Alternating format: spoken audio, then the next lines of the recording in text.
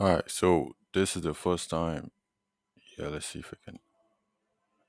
All right, yeah. So this is the first time I'm ever using TradingView's own screen recorder.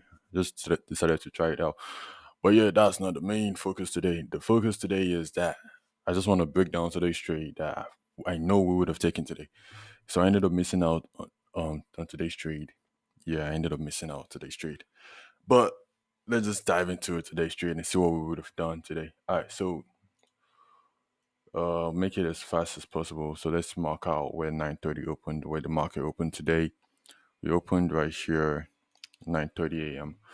So I'm just going to my 1 hour time frame to mark out my levels. Like I said, if you don't know how to spot where buyers and sellers are in the market, then I'm sorry for you, man. But yeah, like that's literally what you need to do. Find where buyers and sellers are in the market. So we're gonna use this previous level here, right here. We have a couple sellers here. We have a couple buyers here, right there. As soon as price went below it, anything below it was bearish. Anything above it is bullish, right here. As you can see, buyers here, sellers came into the market here. As soon as price broke below that level, we had sellers overall right there. And let's look for another level here, which I chose. Yeah, I think I went to the. Right, everything looking so new all of a sudden. But yeah, okay, we do have an area here. We had sellers here. Anything below was sellers. We had sellers below that level. Let's go to the 15-minute time frame. I had everything marked up, by the way. I just decided to, restart all over again so you guys can understand again. Yeah. So I think that's basically it. Let me remove this. And yeah, so you also saw this level here. You also saw this level here. Couple, yeah. So we had couple sellers here before market opened, right? And then let's go to the 5 minute time frame and then see exactly what's up. Let's see what's up. Okay. Okay, yeah. So right here we also have a couple buyers here too. Yeah. I don't really want to choose this level because it's not like it's that significant. Nah, it's not that significant. I would rather choose this level right here because we see more sellers here. We see more people selling right here than this than this level, right? Than that old level that I chose right there. So let's just choose this level, and this level for now. Right. So these are my levels, right? These are my levels I'm marking out before 9:30. By the way, I already did this, right? But it was around 9:35. I decided to go do some stuff before because I was being called up on. But it is what it is. Yeah, so let's just get straight into it, right? So, like I said, you need to know where buyers and sellers are in the market. At this point, my levels are specific points where buyers and sellers are in the market, right? Right here, you can see there were sellers here, price broke above, then buyers came into the market, price came to that level again. Remember, there were buyers buying at this price. So buyers also came bought at this price. But then seems sellers were starting to get into play, most likely because we were at this level right here. You can see buyers, buyers, buyers. Price broke below that level with a strong push to the downside.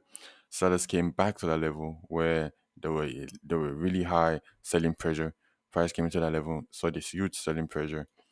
Then that was basically so. Let me not add too much on the screen so you guys can understand the street, right?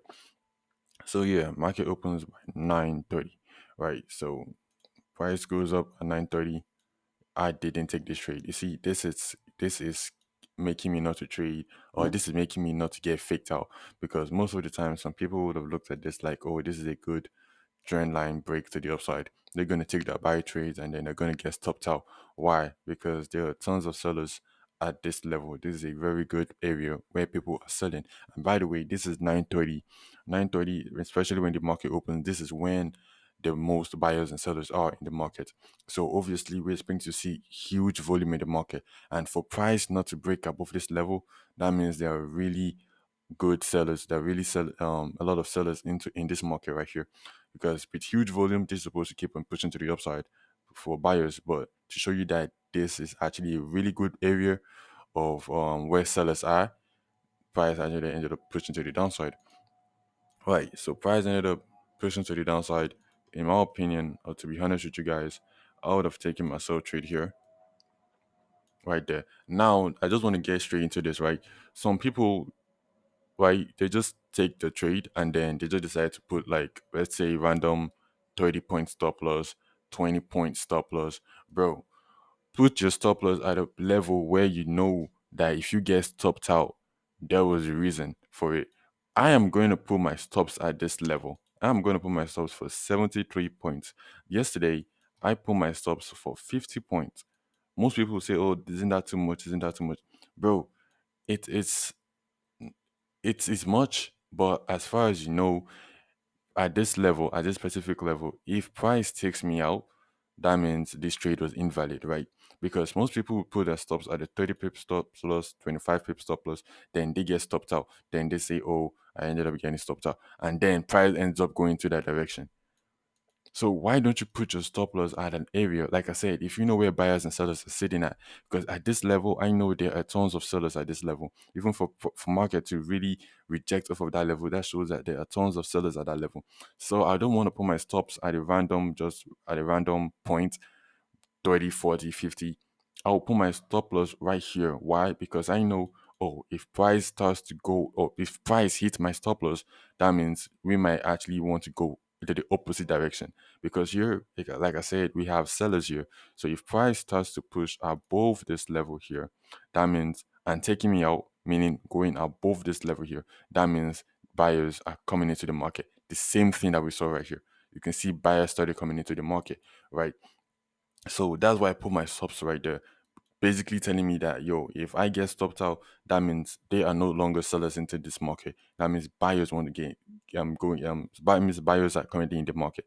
Yeah, so that's what I just want to address because I see people just taking, oh, let's go put a 20 pip stop loss, let's put a 20 this that stop loss. Bro, put your stop loss where you know price. If price takes you out, then your trade was really invalid. Because imagine getting stopped out right here at 13 pip or 30 pip stop loss, and then imagine going to my direction. Now you start saying, "Oh, market is crazy," but you are not knowing where the sellers are in the market. You're not knowing where buyers are in the market, and then you're just randomly taking sell trades and buy trades with points. But yeah, that's it for the stop loss placement and everything. So yeah, my stops will be at this high, and then I will go for a 1 to 2 risk to reward right there. Now look at this right here. Notice right here. Look right here. We have a good level here. If we mark out this level, we have crazy sellers. Sellers were at this level, right? There were tons of sellers at this level. Price broke above, came back, and you notice when we broke above here, we had tons of buying pressure. So when price came back to that level where we had buying pressure, you obviously reacted off of that level. And then price came all the way down here to this level where there was buying pressure too. And as you can see that reaction, price ended up going to the upside. So basically, I know at this level we have buying pressure, right? So that's exactly what would have happened here. So notice right here, we went for a 1 to 1, which is right here. To be honest with you, I will close out my full position the same way I did yesterday. Yesterday, you guys already saw it. I ended up closing out all my position at target one. That was because we were at the level where there were tons of buyers. Oh, sorry, where there were some sellers and buyers at that level.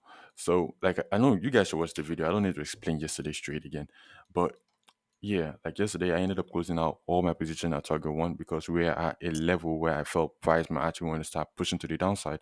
So at this level here, we know this year we have buyers here, huge buying pressure here. So obviously, when price reaches this level, well, there are two things that can actually happen. And this is what I normally do. So the first option I do is if target one gets it, the first option I can do is close out all my position.